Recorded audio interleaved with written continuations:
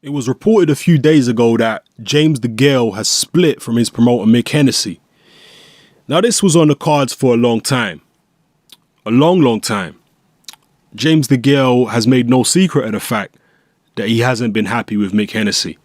In interview after interview, he's been open about his dissatisfaction with the way Hennessy has handled his career since he signed with him.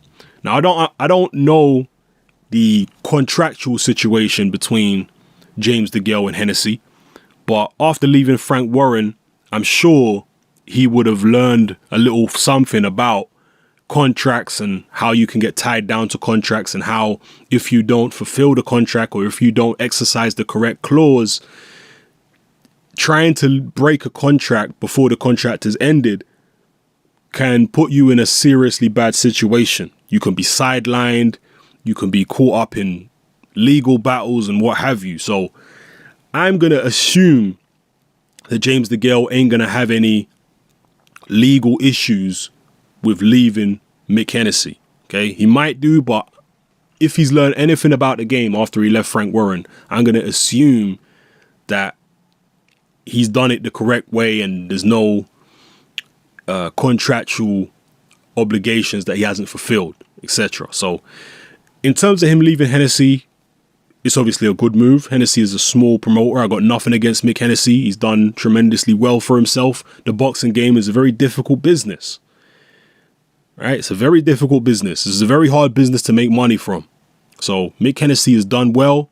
He's never been one of the bigger promoters. So for a smaller promoter, he's done well for himself, getting on Channel 5 and, putting the fights together that he has.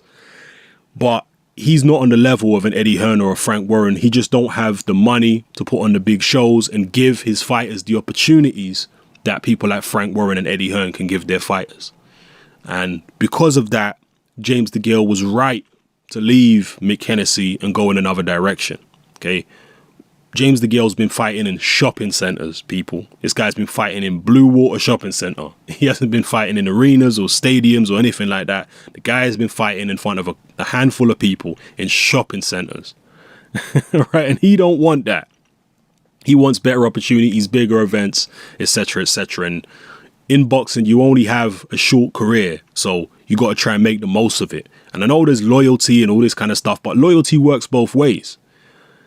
You're loyal to a person who can treat you the way you want to be treated, who can give you the things that you want in boxing. Okay, Frank Warren is someone who likes to talk about loyalty, but if he's not giving his fighters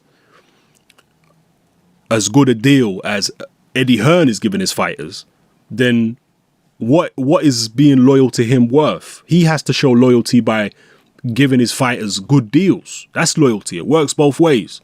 So I don't know the deal that DeGale had with Hennessy, but I certainly know that Hennessy can't offer DeGale the kind of opportunities that an Eddie Hearn could. So it remains to be seen if DeGale signs with one of the major promoters, Frank Warren or Eddie Hearn. It remains to be seen. He might try and go the George Groves route, because George Groves currently has no promoter, and I believe he's self-managed as well. He manages and promotes himself. A lot of fighters have tried to do that in the past, and people tend to blame the downfalls of those fighters on the fact that they tried to manage and promote themselves. I'm not necessarily in agreement with that. I don't necessarily agree with that wholeheartedly. I think that it can certainly be a distraction to an extent, but if you take the example of Audley Harrison, I don't think that trying to be his own promoter and own manager led to his downfall as a fighter. I think he was going to go down that path as a fighter regardless of whether he managed himself or not. I just don't think he had it in him to be a world champion. Okay? Other fighters have promoted and managed themselves previously, like Roy Jones was self-managed, I believe, and self-promoted for a time, and he never lost any fights when he was self-managed and self-promoted. He didn't get the opportunities that he would have got, but he didn't lose any fights or didn't look bad or anything like that. So I don't necessarily think it's a bad thing. And in today's world, we've got the social media, and a lot of these younger fighters, if they're smart, they take advantage of the social media. You can get thousands and thousands and thousands, if not millions of views just on YouTube or on Twitter. You can get thousands or millions of followers. So fighters have got the means at their disposal today if they're smart and they know how to use it, they've got the means to promote themselves far more than they could have done in previous times before we were in this internet age and this age of social media.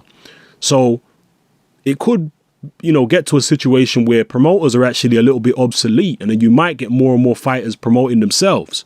Obviously, they're going to have to somehow get TV deals and whatnot. But if the fighter has enough of a following, being self-promoted, if they've got enough of a following and they're getting the views on YouTube and, the followers on Twitter and Facebook, etc., Instagram, then the TV networks will talk to these fighters. Make no mistake about that. If they've got enough of a following, the TV networks will talk to them, whether they have a promoter or manager or not. That will happen, trust me. So, yeah, DeGale, he's doing the right thing. He's trying to move on to bigger and better opportunities. Apparently, he's now the mandatory for Saki Obika. He's, I believe, fighting a final eliminator next. And then he'll be, if he wins that, he'll be taking on Saki Obika. I don't believe he's getting a straight shot. So, yeah, drop your comments below. Let me know how you feel about the whole situation. If any of the information I presented you disagree with or you find inaccurate, drop a comment below and explain why. Yeah, ain't no problem with disagreeing over here, man. Right? We can all agree to disagree, man. You might even be able to change my mind or convince me of something if you disagree with something I say. All right, so yeah, drop your comments below. Let me know how you feel. This is Hat Man. I'm out.